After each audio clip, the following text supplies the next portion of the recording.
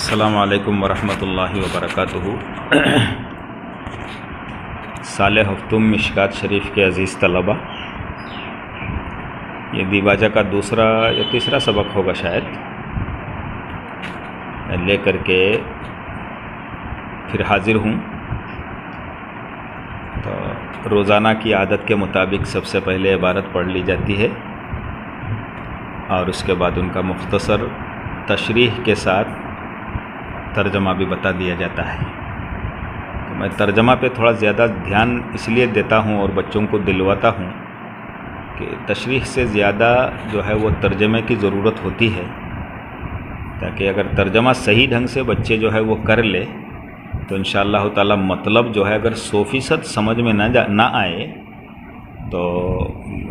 80%، 70% اپنے ذہن کے اعتبار سے، اپنی صلاحیت کے اعتبار سے انشاءاللہ 50% جو ہے مطلب وہ بچوں کے سمجھ میں آ جائے گا۔ تو آئیے چلیے سب سے پہلے عبارت پڑھ لیتے ہیں۔ بسم اللہ الرحمن الرحیم۔ وَثَانِيهَا مَا أَوْرَدَهُ غَيْرُهُمَا مِنَ الْأَئِمَّةِ الْمَذْكُورِينَ وَثَالِثُهُمَا مَا اشْتَمَلَ عَلَى مَعْنَى الْبَابِ مِنْ مُلْحَقَاتٍ مُنَاسِبَةٍ مع محافظة على الشریطة وإن كان معصورا عن السلف والخلف۔ یہ ایک مضمون ہے، ایک جملہ ہے، تو اس جملے کا مطلب آپ پہلے سمجھ لیجئے۔ مطلب بتانے سے پہلے میں آپ کو بتا دوں کہ مصابیح ایک مصنف رحمۃ اللہ علیہ کی کتاب ہے، مشکات دوسرے مصنف رحمۃ اللہ علیہ کی کتاب ہے، دونوں حدیث کی کتاب ہے۔ تو اکثر و بیشتر جو ہے مشکات صاحب مشکات نے، یعنی مشکات کے مصنف رحمۃ اللہ علیہ نے مصابیح کے طرز پر جو ہے وہ اپنی کتاب مشکات کو لکھا ہے، لیکن یہ صراحت، یہ ظاہر ہو جانا چاہیے کہ مصابیح میں مصنف صاحب مصابیح رحمۃ اللہ علیہ نے ایک ایک باب میں جو ہے وہ دو فصلیں بیان کی۔ اس سے تھوڑا سا ہٹ کر کے، ذرا ہٹ کے، صاحب مشکات نے جو ہے اپنی کتاب کے اندر تین فصلیں بیان کی ہیں، اور تینوں فصل میں کیا بیان کیا، کس طرح کے احادیث کو نقل کیا ہے، اس کو بیان کرتے ہوئے کل کے سبق کا آخری جو جملہ تھا اس جملے میں یہ بتایا کہ صاحب مشکات نے یہ فرمایا کہ میں نے اس کتاب کے ہر باب میں 3 فصلیں بیان کی، اور پہلی فصل میں وہ حدیثیں بیان کی، اس باب کی مناسبت سے وہ حدیثیں بیان کی جو حدیث شیخین سے روایت کیا گیا ہے، یعنی امام بخاری اور امام مسلم رحمہم اللہ تعالی نے جن حدیثوں کو بیان کیا ان سے حدیثیں نقل کی۔ تو یہ پہلے کی کل والی سبق کی جو آخری عبارت ہے، اس عبارت کے ساتھ جو ہے وہ آج کے سبق کا جوڑ اور تعلق جو ہے وہ پیدا ہو گیا۔ تو اسی کو جو ہے بتایا گیا ہے، اولھا ما اخرجہ الشیخان او احدہما، ان دونوں نے بیان کیا یا تو ان دونوں میں سے کسی ایک نے بیان کیا، تو ایسی حدیث پہلی فصل کے اندر، ہر باب کی پہلی فصل، ہر کتاب کی پہلی فصل کے اندر وہ حدیثیں بیان کی۔ وَأَكْفَيْتُ بِهِمَا وَإِنِ اشْتَرَكَ فِيهِ الْغَيْرُ لِعُلُوِّهِ دَرَجَاتِهِمَا فِي الرِّوَایَةِ، بھی سبق میں بیان ہو گیا ہے، ان کے علو درجات کی وجہ سے میں نے پہلی فصل میں جو ہے ان دونوں کی حدیث یا تو ان میں سے کسی ایک کی حدیث باب کی مناسبت سے بیان کیا ہے۔ اب آتی ہے جو آج کی عبارت، آج کا سبق جو ہے وہ ثانیھا ما اوردہ غیرہما۔ یہ جو عبارت پڑھا گیا ہے، اس عبارت کا مطلب پہلے سمجھ لیجیے۔ کیا مطلب ہے کہ مصابیح میں 2 ہی فصلیں تھیں ابھی جو میں نے بتایا، لیکن تیسری فصل میں صاحب مشکات نے ہر باب میں، ہر کتاب میں 3 فصلیں ذکر کیا، اور تیسری فصل میں صاحب مشکات نے اس کا التزام نہیں کیا ہے کہ حدیث مرفوع حضور صلی اللہ علیہ وسلم ہی سے نقل کی جائے، بلکہ یہ فرماتے ہیں کہ صحابہ اور تابعین کے ایسے اقوال و افعال اور تقریر بھی اس تیسری فصل میں نقل کی گئی ہے جو باب کے مناسب ہے۔ باب کے مناسبت سے صحابہ، تابعین، خلف سلف جو ہے صحابہ اور تابعین کے اقوال اور افعال اور تقریر، ان تینوں کی تعریف مقدمہ میں گزر چکا ہے، اس مصطلحات حدیث میں گزر چکا ہے، بالکل پہلی عبارت تھی وہ۔ تو ان کے اقوال کو جو ہے وہ باب کے مناسبت سے بیان کیا، لیکن صاحب مشکات نے اس فصل میں بھی یہ التزام کیا ہے کہ پہلے راوی کا نام ضرور لکھا، خواہ وہ صحابی ہو یا تابعی ہو، تو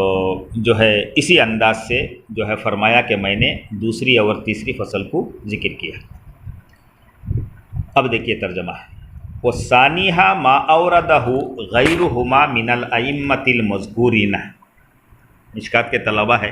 چلیے ایک دو مرتبہ میں لفظی ترجمہ آپ کے لیے جو کرتے ہوئے، جیسا کہ گیا وہ ایک مرد طرف بازار کے واسطے لانے سودا کے، یہ ایک زمانے میں اس طرح بھی ترجمہ ہوا کرتا تھا، گیا ایک مرد طرف بازار کے واسطے لانے سودا کے۔ پتہ نہیں کیا سمجھتے ہیں، کیا سمجھا ہے لوگوں نے۔ تو اس جملے کو اگر اس زمانے کے اعتبار سے ترجمہ کرو، ایک آدمی سودا سلف خریدنے کے لیے بازار کو گیا ہے، اسی جملے کو پہلے زمانے میں ترجمہ کیا جاتا تھا کہ گیا ایک آدمی طرف بازار کے واسطے لانے سودا کے۔ تو خیر اس زمانے میں بھی اس طرح سے پڑھ کر کے بھی اچھے اچھے علماء نکلے تھے، لیکن آج کل کے زمانے میں کافی جو ہے وہ وسائل فراہم ہے زبان پر، لیکن اس کے باوجود بھی لڑکے نہ کتاب دیکھتے ہیں، نہ کتاب سنتے ہیں، نہ اس کی خواہش رکھتے ہیں، نہ اس کا جو ہے کوئی ہلچل کرتے ہیں۔ خیر تو پہلے جملے کا ترجمہ جو ہے وہ میں لفظی اسی انداز میں، گیا ایک آدمی طرف بازار کے واسطے لانے سودا کے، اسی انداز پہ کر دیتا ہوں اور اس کے بعد محاورہ ترجمہ کرتا ہوں۔ وَالثَّانِیہا، اور اس کے ثانی دوسری فصل، ما اوردہ غیرہما، جو وارد ہوا ان دونوں کے غیر سے، من الائمۃ المذکورین، ائمہ مذکورین سے۔ کیا سمجھے؟ جو بھی سمجھے ہیں، لڈو سمجھے تو ٹھیک ہے۔ اور دوسری فصل میں ان دونوں کے علاوہ، یعنی شیخین کے علاوہ، امام بخاری اور امام مسلم کے علاوہ مذکور کردہ دیگر ائمہ سے حدیثیں نقل کی گئی۔ مذکور کردہ سے مراد وہی جو کل کے سبق میں بتایا، امام نسائی، امام ترمذی، امام ابو داؤد، امام شافعی اور امام احمد ابن حنبل وغیرہ جو محدثین ہیں۔ تو دوسری فصل میں شیخین کے علاوہ، امام بخاری اور امام مسلم کے علاوہ مذکور کردہ جو بزرگ ہیں، بزرگان دین ہیں، جو محدثین کرام ہیں، اس مشکات میں دیباچہ میں جن بزرگوں کا ذکر کیا ہے ان کی حدیثیں جو ہے وہ نقل کی۔ ثانیہا ما اوردہ غیرہما من الائمۃ المذکورین، دوسری فصل میں ان شیخین کے علاوہ مشکات میں مذکور کردہ ائمہ اور بزرگوں سے حدیثیں نقل کی گئی۔ وثالثها ما اشتمل على معنى الباب من ملحقات مناسبة مع محافظة على الشریطة وإن كان معصورا على السلف والخلف۔ محاورہ ترجمہ شروع کیجیے اخیر سے، سلف اور خلف سے۔ اور تیسری فصل میں، ثالثها، اور تیسری فصل میں صحابہ اور تابعین کے معقولات، معصوراً معقولات کو شامل کیا، مشتمل شامل کیا گیا، علی معنی الباب من ملحقات مناسبت، ان معقولات کو شامل کیا گیا ہے جو باب کے متعلق اور مناسب ہو۔ یہ محاورہ ترجمہ ہے، یعنی تیسری فصل میں صحابہ اور تابعین کے معقولات کو بیان کیا گیا ہے جو باب کے مناسبت اور متعلق ہو، باب کے مناسب اور متعلق ہو۔ لیکن ان معقولات کو بیان کرتے ہوئے، یہ زائد ترجمہ نہیں ہے، یہ مطلب ہے، بیان کرتے ہوئے کیا کیا گیا ہے، مع محافظۃ علی الشریطۃ، حدیث کے شرطوں کی رعایت کی گئی ہے۔ حدیث کی نقل کرنے کے جتنے شرائط ہیں ان شرائط کو بھی نقل کیا گیا ہے۔ ہو گیا ترجمہ، آگے چلیے۔ اب بات سمجھ گئے ہوں گے کہ دوسری فصل میں امام بخاری اور امام مسلم کے علاوہ کتاب میں مذکور جو محدثین ہیں، امام نسائی، امام ابو داؤد، امام جو ہے ترمذی وغیرہ وغیرہم رضوان اللہ تعالی علیہم اجمعین، ان کے احادیث کو دوسری فصل میں ذکر کیا گیا ہے۔ اور تیسری فصل میں صحابہ اور تابعین کے معقولات، ان کے افعال، ان کے اقوال اور ان کی تقریر کو شامل کیا گیا ہے، اس بات کی رعایت کرتے ہوئے کہ حدیث نقل کرتے وقت جن باتوں کی رعایت کی جاتی ہے، انہی باتوں کی رعایت کرتے ہوئے باب کے مناسبت سے ان کے اقوال، افعال اور تقاریر کو جو ہے وہ شامل کیا گیا ہے۔ ثم انک ان فقدت حدیثا فی باب فذلک فی عن تقریر اسقطہ۔ ثم انک ان فقدت حدیثا فی باب فذالک عن تقریر اسقطہ، کیا مطلب ہے؟ آسان مطلب ہے، یعنی اگر ایسا ہوا کہ ایک حدیث مصابیح کی کتاب میں ایک باب میں موجود ہے، لیکن مشکات نے اسی باب میں اس باب میں وہ حدیث نہیں ہے، جیسا کہ میں نے ابھی بتایا کہ دونوں فصل جو ہے دو فصلیں تھیں مصابیح میں، اور اسی انداز میں صاحب مشکات نے بھی جو ہے مشکات کی کتاب جو ہے وہ تصنیف فرمائی، تو فرماتے ہیں کہ اگر کسی ایسا ہو جائے کہ ایک حدیث جو ہے وہ مصابیح کے ایک باب میں تو موجود ہے، لیکن مشکات کے اس باب میں وہ حدیث موجود نہیں ہے، تو صاحب مشکات فرماتے ہیں یہ اس لیے کہ صاحب مشکات نے وہ حدیث کسی دوسرے باب میں موجود ہونے کی وجہ سے یہاں نقل نہیں کیا کہ تکرار نہ ہو جائے، یعنی تکرار سے بچنے کے لیے بعض وقت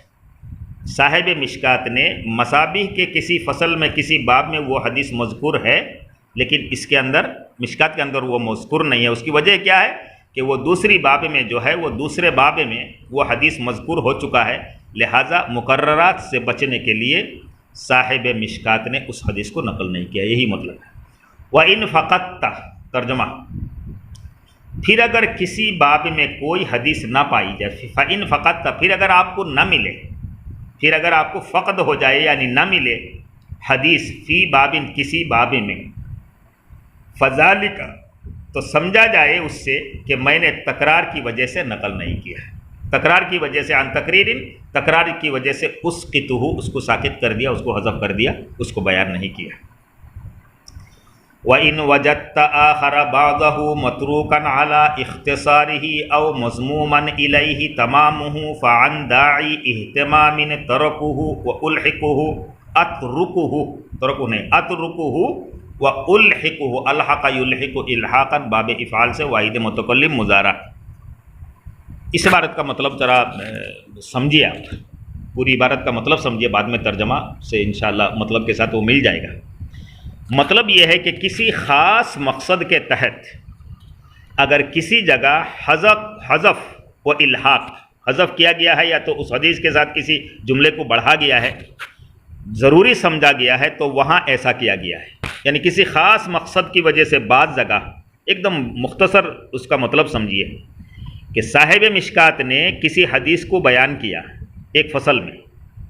نہیں، صاحب مصابیح نے بالکل وہی اسی حدیث کو جو ہے وہ صاحب مشکات نے اسی فصل میں بیان کیا، لیکن حدیث جب پڑھنے جائیں گے تو دیکھیں گے کہ مصابیح میں جو الفاظ ہے ان میں سے بعض الفاظ مشکات کی حدیث میں حذف کر دیا گیا ہے، تو اختلاف ہو گیا۔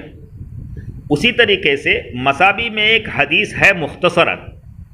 مشکات میں وہی حدیث اسی فصل میں جو ہے اس کے ساتھ الحاق کر دیا، کچھ جملے جو ہے لفظ جو ہے وہ بڑھا دیے گئے، تو مشکات کی ترتیب پر مصابیح کی ترتیب پر تو مشکات نہیں ہوئی، یہ اختلاف آپ کو نظر آئے گا۔ تو یہ اختلاف کیوں نظر آئے گا؟ ہم تو مشکات ہی پڑھ نہیں پاتے ہیں، مصابیح کہاں سے دیکھیں گے؟ چلیے خیر ہے، جس کو توفیق ہو دیکھ لے، آج نہیں دیکھ رہے تو انشاءاللہ فراغت کے بعد اگر آپ کو فرصت ملتی ہے تو ایک دو مرتبہ اگر مشکات آپ کے حصے میں آتی ہے پڑھانے کے لیے، اگر نہیں بھی آتی ہے تو یہ بات یاد رہ جاتی ہے، تو کبھی مصابیح کو کھول کر کے بھی چند صفحات جو ہے وہ مطالعہ کر لیجئے گا تو بات اچھی رہے گی۔ اور مشکات اگر پڑھانے کے لیے اگر ذمے میں، آپ کے ذمے میں مشکات شریف کی کتاب جو آتی ہے، اب اتنے خوش نصیب اگر ہو جاتے ہیں، میں تو نہیں ہوں بھائی، اب لاک ڈاؤن کی وجہ سے اساتذہ یہاں پر موجود نہیں ہے، ورنہ تھوڑی میں مشکات پڑھانے کے لائق ہوں، بالکل نہیں ہوں، اپنے آپ کو یہ سمجھتا نہیں ہوں، تو خیر ایک موقع مل گیا، اس کے برکات جو ہے وہ حاصل کرنے کے ارادے سے اللہ تعالیٰ کے اوپر توکل کر کے بیٹھ گیا ہوں۔ باقی کامیابی جو ہے وہ اللہ کے ہاتھ میں ہے، اللہ جانے کہ حدیث شریف کی جو گہرائی ہے اور ان کے جو اصل مقاصد ہے وہ مقاصد آپ تک پہلے خود سمجھ پاتا ہوں ہی نہیں، یہ اللہ تعالیٰ کے ہاتھ میں ہے، اللہ کے قبضے میں ہے۔ دعائیں مانگتا رہتا ہوں، ٹوٹی پھوٹی دعائیں کرتا رہتا ہوں کہ اللہ تعالیٰ اس کی حق جو ہے، اس کتاب کا حق جو ہے وہ پوری طرح سے ادا کرنے کی توفیق عطا فرمائے، اور آپ کو جو ہے وہ پوری طرح سے احادیث کے گہرائی اور اس کے مطالب اور مقاصد جو ہے وہ سمجھنے کی اللہ تعالیٰ توفیق عطا فرمائے۔ اسی ارادے سے بیٹھ گیا ہوں، اگر آپ کی دعا شامل حال رہے گی تو انشاءاللہ بات جو ہے وہ آہستہ آہستہ دھیرے دھیرے آسان ہوتی جائے گی۔ تو خلاصہ اس عبارت کا یہ ہے کہ صاحب مشکات فرماتے ہیں کہ بعض حدیث میں آپ دیکھیں گے کہ مصابیح میں وہ حدیث بیان ہے، لیکن میری کتاب جو مشکات ہے اس میں دو چار لفظ نہیں ہے، یہ حذف میں نے کر دیا۔ اور کیا نام ہے کہ بعض مصابی کے وہ حدیثیں دیکھیں گے کہ ان کے اندر جو ہے اختصار ہے، لیکن اس حدیث کے اسی فصل میں اسی حدیث کو میں نے بھی نقل کیا ہے، لیکن اس کے ساتھ 2-4 لفظ میں نے الحاق کر دیا، بڑھا دیا ہے۔ تو فرماتے ہیں کہ یہ کام جو میں نے کیا ہے یہ کسی خاص مقصد سے کیا ہے۔ جہاں حدیث آئے گی 2-4 حدیثوں میں آپ کو سمجھا دیا جائے گا وہاں پر کہ یہاں الحاق ہوا ہے، یہاں حذف ہوا ہے، یہاں پر اس باتوں کو نہیں چھیڑنا ہے۔ ترجمہ دیکھیے، وَإِنْ وَجَدْتَ آخَرَ بَعْدَهُ مَتْرُوكًا، اگر آپ کسی فصل میں یہ پائیں، یہ دیکھیں کہ اس کے بعد حصہ کو جو ہے وہ چھوڑ دیا گیا ہے، علی اختصار ہی، اختصار کر کے، یعنی اختصار کی بنیاد پر حدیث کے بعد حصہ کو چھوڑ دیا گیا ہے، حذف کر دیا گیا ہے، او مضموماً الیہ، یا تو اس حدیث کے ساتھ، مصابی میں جو حدیث ہے، یہ حدیث مشکات میں بھی نقل ہے، مذکور ہے، لیکن اس حدیث کے ساتھ جو ہے وہ 2-4 جملے بڑھا دیا گیا ہے، الیہ تمامہ فعن داعی اہتمام، فرماتے ہیں یہ سارا کام جو میں نے کیا ہے داعی اہتمام، کسی خاص مقصد کی وجہ سے کیا ہے۔ کیا کیا ہے؟ اترکہ، چھوڑا ہے، والحقہ، یا تو اس کے ساتھ لاحق بڑھا دیا گیا ہے۔ آگے جملہ دیکھیے، عبارت دیکھیے، وَإِنْ عَثَرْتَ عَلَىٰ اخْتِلَافٍ فِي الْفَصْلَيْنِ مِنْ ذِكْرِ غَيْرِ الشَّيْخَيْنِ فِي الْأَوَّلِ وَذِكْرِهِمَا فِي الثَّانِي، گاڑی جو ہے نا، سارا راستہ جو ہے ہارن نہیں بجاتا ہے، جہاں مدرسے کے سامنے ہے، بالکل جو لڑکے نہیں جانتے ہیں کہ بالکل مدرسے کے سامنے کا مین روڈ ہے، تو یہیں آ کے ہارن بجاتا ہے۔ بورڈ لگانا چاہیے، نو ہارن، پلیز نو ہارن، ہے نا۔ وَإِنْ عَثَرْتَ عَلَىٰ اخْتِلَافٍ فِي الْفَصْلَيْنِ مِنْ ذِكْرِ غَيْرِ الشَّيْخَيْنِ فِي الْأَوَّلِ وَذِكْرِهِمَا فِي الثَّانِي فَاعْلَمْ أَنِّي بَعْدَ تَتَبُّعِ كِتَابِيَ الْجَمْعِ بَيْنَ الصَّحِيحَيْنِ لِلْحُمَيْدِي وَجَامِعِ الْأُصُولِ اعْتَمَدْتُ عَلَىٰ صَحِيحِ الشَّيْخَيْنِ وَمَتْنِهِمَا۔ عبارت کا خلاصہ تھوڑے سے، یعنی تھوڑی سی تفصیلات کے ساتھ سمجھ لیجئے۔ عبارت کا خلاصہ جو ہے وہ تفصیلات کے سمجھیے اس عبارت کی، پھر انشاءاللہ ترجمہ کرا دیں گے، بات آسان ہو جائے گی۔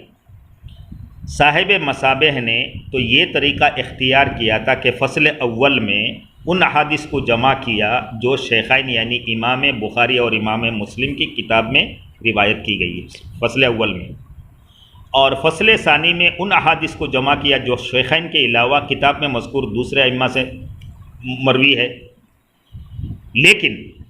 مشکات میں بعض جگہ ایسا بھی ہی ہے کہ فصل اول میں وہ احادیث جن کو صاحب مصابی نے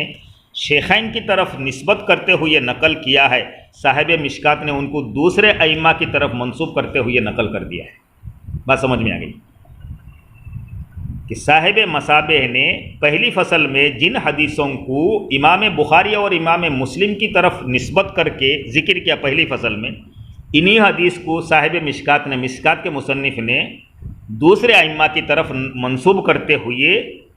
جو ہے وہ دوسری فصل میں جو ہے وہ بیان کر دیا۔ اب اس کی تفصیلات جو ہے تھوڑا سا اشارہ میں دے رہا ہوں، جیسا کہ باب سنن وضو کی فصل اول میں، باب فضائل قرآن میں، اسی طرح بعض جگہ جو ہے مشکات شریف کے اندر یہ کام انہوں نے کیا ہے۔ تو اس رد بدل جو ہے، یہ تبدیلات جو ہے، یعنی صاحب مصابیح نے جن حدیثوں کو بخاری اور مسلم کی طرف نسبت کرتے ہوئے پہلی فصل میں ذکر کیا، انہی حدیثوں کو دوسرے ائمہ کی طرف نسبت کرتے ہوئے صاحب مشکات نے جو ہے وہ دوسری فصل میں جو بیان کیا۔ اس رد بدل کے بارے میں صاحب مشکات فرماتے ہیں کہ یہ میری غلطی اور سہو کی وجہ سے نہیں ہے۔ آپ یہ مت سمجھے کہ میں نے غلطی کیا ہے اور غلط کر کے مطالعہ نہیں کیا ہے اور بس جو جی میں آیا وہی کر دیا، یہ ایسے نہیں کیا، غلطی کی وجہ سے نہیں ہے، بلکہ میں نے حمیدی کی کتاب جو ہے جمع بین الصحیحین اور جامع اصول نام کی جو دونوں کتابیں ہیں، اسی طریقے سے بخاری اور مسلم کے اصل نسخوں میں ان کے متنوں میں کافی تلاش اور تحقیق کی، چنانچہ ان کتابوں میں جن احادیث کو شیخین کی طرف منسوب نہیں کیا گیا ہے انہیں صاحب مصابیح نے فصل اول میں منسوب کیا ہے، تو میں نے ان احادیث کو مشکات میں شیخین کی طرف سے منسوب کرنے کے بجائے ان کے اصل راوی اور ناقل کی طرف منسوب کیا ہے، شیخین کی طرف نہیں کیا ہے، اسی وجہ سے میں نے دوسری فصل میں ذکر کیا ہے۔ تو بات میرے خیال سے سمجھ میں آ گئی ہوگی ترجمہ سے اور بات صاف ہو جائے گی۔ خلاصہ مختصراً یہ ہے کہ مصباح کے انداز پر مشکات لکھی گئی ہے، لیکن بعض جگہ آپ کو ایسے ملیں گے کہ مصباح میں یعنی مصابیح میں ایک حدیث شیخین کی طرف منسوب کرتے ہوئے فصل اول میں ذکر کیا، لیکن صاحب مشکات فرماتے ہیں کہ میں نے اس کو دوسری فصل میں دوسرے کی طرف نسبت کرتے ہوئے جو ہے دوسرے راوی کی طرف نسبت کرتے ہوئے اس کو دوسری فصل میں جو ہے وہ ذکر کیا۔ وجہ کیا ہے کہ حمیدی کی رحمۃ اللہ علیہ کی کتاب جمع بین الصحیحین اور جامع الاصول نام کی جو دو کتابیں ہیں، اسی طریقے سے بخاری اور مسلم کی اصل جو نسخہ ہے ان نسخوں کو بہت زیادہ تتبع تلاش کیا، میں نے ڈھونڈا، مطالعہ کیا، محنت کی، ٹائم لگایا، اور اس کے بعد مجھے معلوم ہوا کہ یہ جو دوسرے راویوں کی طرف سے یہ حدیث منسوب ہے، اس وجہ سے میں نے یہ کام کیا ہے، یہ میری غلطی نہیں ہے بلکہ جان بوجھ کر میں نے ایسے کیا ہے۔ ترجمہ دیکھیے، وَإِنْ عَثَرَ تَعَالَىٰ اخْتِلَافٍ فِي الْفَصْلَيْنِ، اگر آپ کہیں پر آپ کو کہیں ملے دو فصلوں کے درمیان اختلاف، یعنی مصابیح میں وہ حدیث پہلی فصل میں بیان کیا گیا ہے، مشکات میں نے دوسری فصل میں بیان کیا،